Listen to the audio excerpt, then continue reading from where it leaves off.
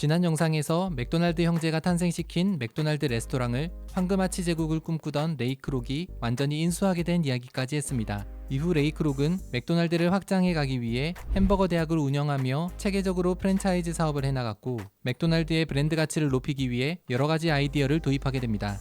오늘은 그 맥도날드의 상징들에 대한 이야기입니다.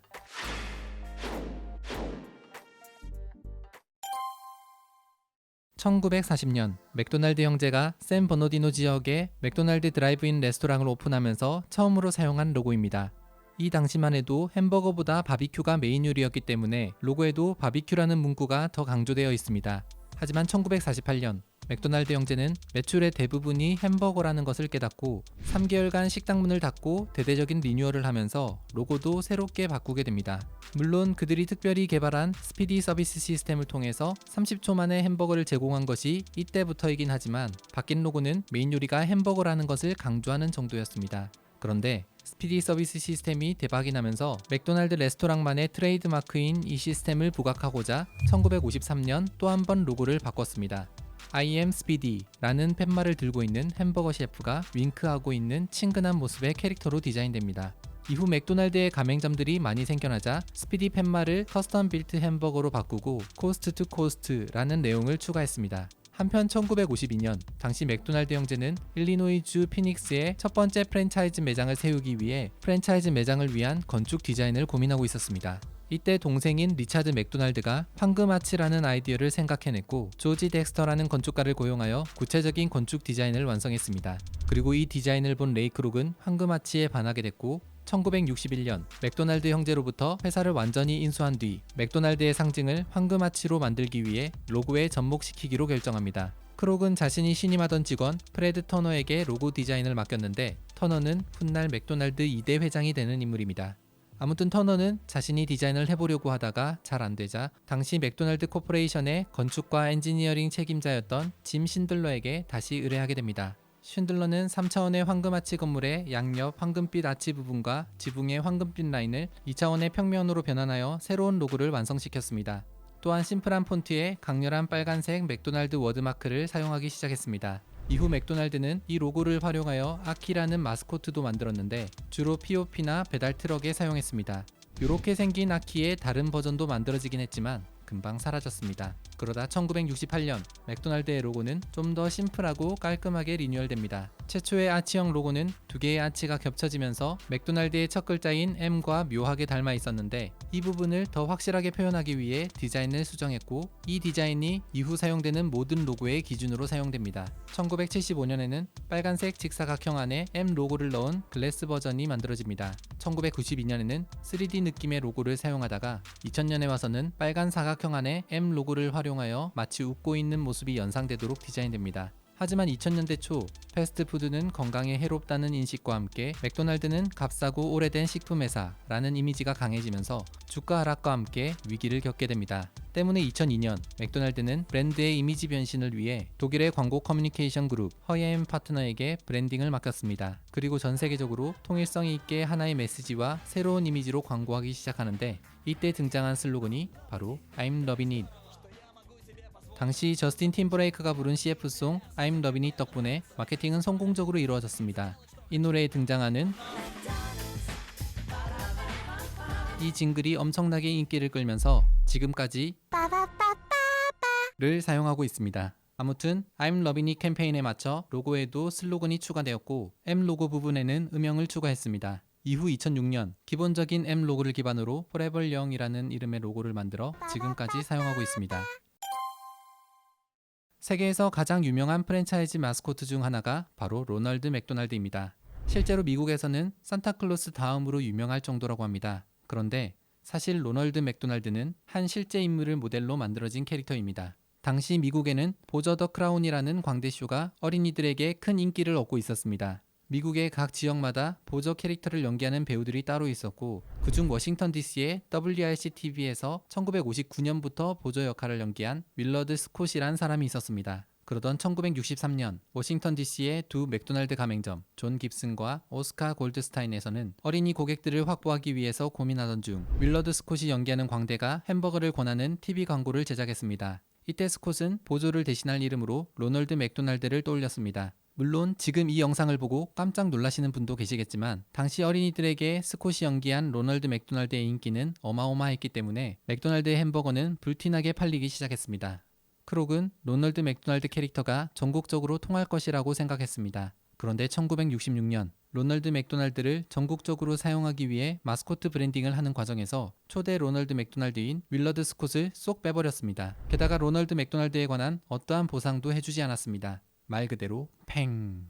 그러다 무려 34년이 흐른 뒤 맥도날드 북동부 지역 사장인 헨리 곤잘레스가 로널드 맥도날드 탄생에 대해 스콧에게 경의를 표하면서 스콧은 공식적으로 인정받게 됩니다. 1967년 이 디자인의 로널드 맥도날드로 미국 상표 등록을 한 뒤 제법 오랜 기간 동안 사랑을 받아왔지만 요즘 아이들은 과거와 달리 로널드 맥도날드를 무서워해서 점점 사라져가고 있습니다. 1955년 레이 크록은 레스토랑 박람회에서 한 남자를 만났습니다. 그의 이름은 짐 델리게티. 이후 1967년이 됐을 때 델리게티는 펜실베니아주의 피츠버그 지역에서 무려 12개의 맥도날드 매장을 관리하기에 이릅니다. 하지만 그에게는 고민이 있었습니다. 매장 인근에는 햄버거 프랜차이즈 경쟁업체들이 많이 있었고 그들은 강력한 메뉴를 가지고 있었던 겁니다. 빅보이에서 1937년에 런칭한 더블데커, 버거킹에서 1957년에 런칭한 와퍼. 그것들에 비하면 맥도날드는 너무도 평범한 햄버거로 승부해야 했기에 점점 경쟁에서 밀리고 있었습니다. 델리게티는 이 문제를 해결하기 위해 고객들이 무엇을 원하는지 귀 기울이기 시작했습니다. 피츠버그는 제철 산업의 중심지로 철강 공장이 여러 개 있었는데 하루 종일 철강 공장에서 고된 일을 한 근로자들은 아주 배고픈 상태로 매장을 찾아왔습니다. 델리게티는 패티 한 장 달랑 들어간 기존의 햄버거가 그들을 절대 만족시킬 수 없다는 것을 깨닫고는 아주 풍성한 햄버거를 만들어 보기로 결심했습니다. 델리게티는 3장의 빵과 2장의 고기 패티, 치즈, 피클, 양파, 소스 등을 넣어 대형 햄버거를 만들었고 햄버거 하나에 20센트 하던 당시 45센트의 가격을 책정하여 출시를 위해 본사와 의논하게 됩니다. 사실 맥도날드 본사에서는 새로운 햄버거가 다른 제품들에 비해 너무 비쌌기 때문에 부정적이었습니다. 하지만 델리게티가 간신히 설득하여 유니언타운 매장에서만 시험 판매할 수 있도록 허락을 받았습니다. 그런데 새로운 햄버거 빅맥은 출시되자마자 완전 초대박이 났습니다. 결국 다음 해인 1968년 맥도날드 본사는 빅맥을 미국 전 매장에 판매하기 시작했고 1969년에는 맥도날드 총 매출의 19%가 빅맥의 매출이 됩니다. 그렇게 빅맥은 맥도날드의 상징으로 자리 잡았지만 빅맥을 발명한 델리게티가 로열티를 따로 받거나 하진 않았습니다. 대신 맥도날드로부터 감사패를 하나 받았다고 합니다. 당시 햄버거 업계에서는 3장의 빵을 사용한 것이 획기적인 아이디어였기 때문에 맥도날드의 빅맥만의 트레이드마크가 되어 아무도 따라하지 않았습니다. 그러던 1997년 버거킹은 빅킹을 일부 매장에서 판매하기 시작했고 2013년에는 3장의 빵과 2장의 패티를 넣은 빅킹을 정식 메뉴로 출시하면서 불문율이 깨지게 됩니다. 현재 빅맥은 매년 전 세계에서 13억 개 이상 팔리고 있다고 합니다. 1986년 9월 빅맥 지수라는 개념이 처음으로 등장했습니다. 똑같은 상품이나 서비스는 어느 나라에서든 같은 가격이어야 한다는 이론을 바탕으로 나라별 통화 가치를 평가하기 위해 영국의 경제주간지 이코노미스트에서 처음 사용했습니다. 세계에서 2번째로 많은 프랜차이즈 매장을 가지고 있으며 맥도날드의 운영 시스템 덕분에 거의 동일한 품질의 빅맥이 팔리고 있었기 때문에 비교하기에 적합하다고 본 것입니다. 이 통계는 2019년 1월에 이코노미스트에서 측정한 빅맥 지수입니다. 당시 우리나라의 빅맥 가격은 4,500원, 이를 당시 환율 1118.6원으로 환산해보면 4.02달러입니다. 미국의 빅맥 가격은 5.58달러, 이는 원화가 달러에 비해 화폐 가치가 27.9% 낮게 평가되었다는 것을 의미합니다.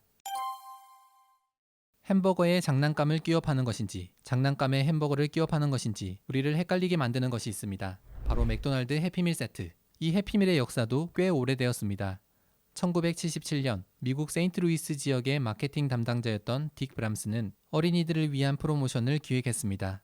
햄버거나 치즈버거, 프렌치 프라이, 음료를 구매할 때 특별한 선물 상자가 들어있는 장난감을 주는 방식으로 최초의 해피밀 프로모션을 시작했습니다. 사실 아이들보다 아이의 부모를 위한 메뉴였습니다. 식당에 가서 아이들 밥 한번 먹이려면 어르고 달래고 여간 힘든 일이 아니었습니다. 그런데 장난감과 함께 나온 해피밀 메뉴는 아이들로 하여금 즐겁게 음식을 먹을 수 있도록 했고 장난감에 집중하는 동안 부모들도 편히 식사를 할 수 있었습니다. 최초의 해피밀 장난감은 모형자, 시계 모양의 동전 지갑, 맥도날드 랜드 캐릭터 지우개 등이었고 결과는 성공적이었습니다. 이후 1979년 해피밀을 맥도날드 고정 메뉴로 세팅한 뒤 스타트rek과 협업하여 첫 번째 해피밀 세트를 만들었습니다. 이후 디즈니, 슈퍼마리오, 트랜스포머, 레고, 텔레토비 등 다양한 유명 브랜드들과 계속해서 협업을 진행했고 이 장난감을 가지기 위해 아이들뿐 아니라 어른들도 해피밀을 찾기 시작했습니다. 하지만 장난감으로 아이들을 유혹해서 햄버거를 먹게 만든다는 점 때문에 엄청난 비판 또한 받고 있습니다. 맥도날드에는 새벽 4시부터 오전 10시 30분까지만 주문 가능한 메뉴가 있습니다. 바로 맥모닝이라 부르는 잉글리시 머핀 메뉴입니다. 맥머핀이라고 부르는 이 메뉴는 1972년에 처음 등장했습니다. 당시 빅맥을 발명한 델리게티는 맥도날드로부터 아침 식사 시간 동안 도넛과 과자를 판매해도 된다는 허가를 받고 아침 식사 시간을 성공적으로 운영하고 있었습니다. 그리고 이 소식은 캘리포니아 산타바바라에서 맥도날드를 운영 중이던 허브 피터슨에게까지 전해지게 됩니다. 그는 고객들이 출근하기 전에 간단히 먹고 갈 수 있는 아침 식사 메뉴에 대해 고민하기 시작했고 그가 특별히 좋아하던 음식 에그 베네딕트를 변형해서 새로운 메뉴를 개발하게 됩니다. 구워진 잉글리시 머핀 사이에 버터를 올리고 동그랗게 익힌 계란과 치즈, 캐나다산 베이컨을 넣은 요리. 그렇게 맥머핀이 탄생했습니다. 이후 맥도날드 전 매장에서 아침 식사 메뉴로 팔기 시작했고 1981년에는 맥도날드 매출의 18%가 맥모닝에서 발생할 정도로 맥도날드의 중요한 서비스 중 하나가 됩니다. 이후 여러 메뉴를 개발하며 전 세계로 매장을 확장해 가던 맥도날드는 맥카페라는 자회사를 만들어 커피 산업에까지 진출했으며 119개국 3,700여 매장을 세워 세계에서 두 번째로 매장 수가 많은 프랜차이즈 기업이 되었습니다. 이상 맥도날드에 대해 알아봤습니다.